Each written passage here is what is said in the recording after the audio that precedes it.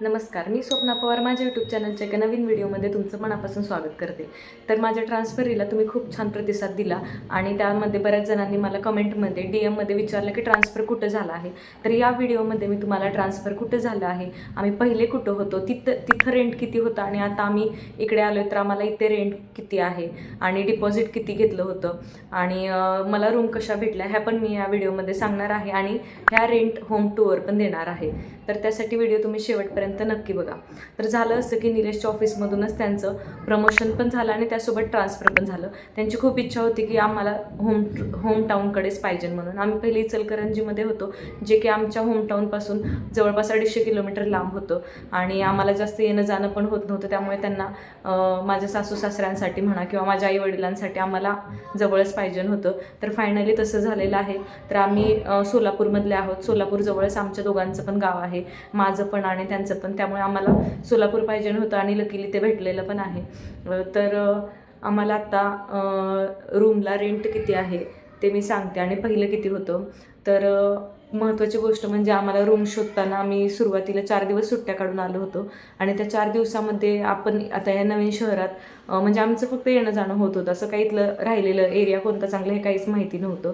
तर त्यासाठी आधी आम्ही पहिलं एजंटकडे गेलो आणि त्यांच्याकडून आम्ही रूमचे म्हणजे बघितले त्यांच्याकडून की रूम कुठं आहेत, काय आहेत. तर त्यांनी आम्हाला बऱ्याच रूम दाखवल्या, पण त्या काय मला पसंत पडल्या नाहीत. परत दुसऱ्या दिवशी वगैरे न्यूजपेपरमध्ये ॲड बघितल्या आम्ही की त्यात आपल्याला काही पसंत पडते का, आपल्याला जो एरिया पाहिजे तिथं भेटते का ह्यांच्या ऑफिसच्या जवळ वगैरे. तर मी अशा बऱ्याच रूम बघितल्या पण आम्हाला काही पसंत पडल्या नाहीत. मग एक दिवशी मी असं सहज housing.com हे ॲप घेतलं होतं मोबाईलमध्ये. तर त्याच्यामध्ये अशा बऱ्याच ॲड्स होत्या ज्या ओनरनी पण टाकलेल्या होत्या. तर त्यातले आम्ही बरेच व्हिडिओ वगैरे बघितले, फोटो पण त्याचे फोटो होते त्या रूम्सचे. तर त्यात मला ते जे आता आम्ही सिलेक्ट केले ह्या रूम आवडल्या. त्या दिवशी खरं तर आम्ही निघालो होतो इचलकरंजीला, कारण सुट्ट्या पण संपत आलेल्या होत्या. पण मी यांना म्हटलं की ही लास्ट रूम आपण बघू आणि मग आपण जाऊया, कारण सुट्ट्या पण संपल्या होत्या आणि शिफ्ट होऊन यायचं होतं. मग आता कुणाच्या तरी कोणतरी ओळखीचं त्यांनाच पाठवून असंच आमचं चाललं होतं की आता फायनली असंच करावं लागणार आहे. तर शेवटी बरं झालं की ही लास्ट रूम पण बघितली आणि ही आम्हाला पसंत पण पडली. घरी गेल्यावर आम्ही विचार केला वगैरे, कारण रेंटमध्ये डबलच रेंट झालं होतं. तिथे आम्हाला फक्त इचलकरंजीमध्ये 6,000 रेंट होतं आणि आता इथे आम्हाला 11,000 रेंट आहे. असं म्हणजे 12,000च सांगितलं होतं त्यांनी. परत आम्ही त्यांना 1,000 कमी करायला सांगितले. मग लक्षात आलं की आता मोठ्या शहरात आलो तर आपण म्हटल्यावर आता एवढे पैसे तर मोजावेच लागणार आणि जवळ आल्यामुळे आता आपल्याला रूम पण म्हणजे मोठ्या जरा पाहिजे होत्या. तसं तर आम्ही 1 BHKच बघत होतो, पण 1 BHK बघता बघता आम्हाला कळालं की दुसऱ्या एरियांमध्ये पण जास्त रेंट आहे 1 BHKला. मग इथे आम्हाला 12,000 आहे म्हणून सांगितलं, पण इथे 1.5 BHK आहे. हा एक छोटी रूम एक्स्ट्रा भेटते.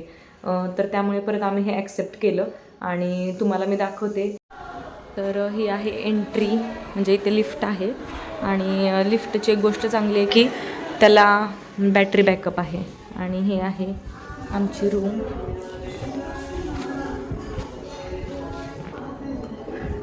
बघा, हा मेन डोर आहे आणि इथून आल्यावर हॉल आहे. हॉलमधूनच किचन आहे, म्हणजे ओपन किचन सिस्टीम आहे याची. याला ट्रॉली नाही आहे, त्याच्यामुळं मी माझाच रॅक काढला जो मला लग्नात दिलेला होता, तोच मी रॅक काढला, कारण याला ट्रॉली बनवलेली नव्हती ओनरने अजून. आम्हीच पहिले आहेत जे इथे राहायला आलो आहेत. आणि इथं युटिलिटी स्पेस पण आहे, म्हणजे भांडी घासण्यासाठी वगैरे. वॉशिंग मशीन ठेवण्यासाठी वॉशिंग मशीन नाही आहे माझ्याकडे, त्यामुळे मी तिथे स्टोरेज ठेवलेलं आहे. आणि ही किचनमधून असं हॉल लगेच दिसतोय. माझी बहीण मला रूम बघताना आधीच म्हटली होती की तू अशी रूम सिलेक्ट कर जिथे गेल्यावर तुला म्हणजे फ्रेश वाटायला पाहिजे, तुला आवडायला पाहिजे, अशीच रूम सिलेक्ट करायची. तर अजून काही इथं मी कुंड्या वगैरे काही लावलेल्या नाही आहे. तिथं नक्षीची सायकल वगैरे ठेवलेली आहे. अजून कुंड्या त्या आणायच्या आहेत मला. आणि हे TV पण अजून आम्ही लावून घेतलेलं नाही आहे. पहिला टेबल होता आमचा, त्याच्यावरच TV ठेवलेला आहे. तर हे मेन डोअरपासून एंट्री केली की इथंच हॉल आहे आणि हॉलमधूनच किचन दिसते, कारण हे ओपन किचन आहे म्हणून. तर ही आहे मास्टर बेडरूम.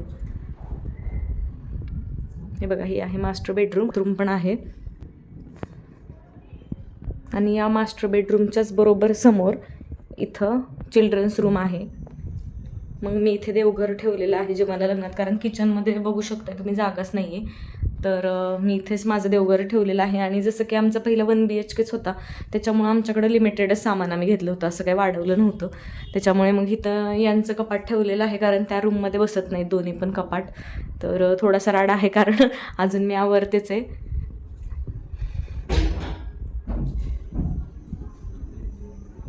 तर अशी आहे होम टूर. तुम्हाला कशा वाटल्या रूम तुम्ही मला कमेंटमध्ये सांगा. आणि आता आम्ही होमटाऊनच्या जवळ, म्हणजे जवळपास 35 किलोमीटर अंतर आहे माझं सासर, आणि आता आम्ही सोलापूरमध्ये आलो आहे तिथे. तर बरेच जण आम्हाला म्हणत होते की तुम्ही रेंटनी राहायची काय गरज आहे तुम्हाला, तुम्ही सासरीत जाऊन राहावा, तिथंच गावाकडे जाऊन राहावा. पण ह्यांचं ऑफिस आहे सोलापूरमध्ये, आणि एवढं अपडाऊन करायचं त्यांनी रोज. एकतर मला आत्ताच थोडं अंतर आहे तर काळजी वाटते थोडा उशीर झाला तर, आणि एवढं 35 किलोमीटरचा प्रवास करायचा बाईकवर, कारण बसची पण व्यवस्थित सोय नाही, बाईकवर यायचं जायचं. त्यामुळे मला नकोच होतं, म्हणजे मला ती रिस्कच घ्यायची नव्हती. म्हणून आम्ही, आणि रूम पण शोधण्याचं असं आम्ही ठरवलंच होतं. प्लस अजून नक्षूची शाळा, त्याच्या शाळेसाठी पण आम्हाला इथे राहावं लागणार होतं. आणि एवढं सामान आम्ही सासरी तर ठेवू शकत नव्हतो, कारण तिथे आम्ही घर बांधलेलं आहे, सामान पण सगळं घेतलेलं आहे.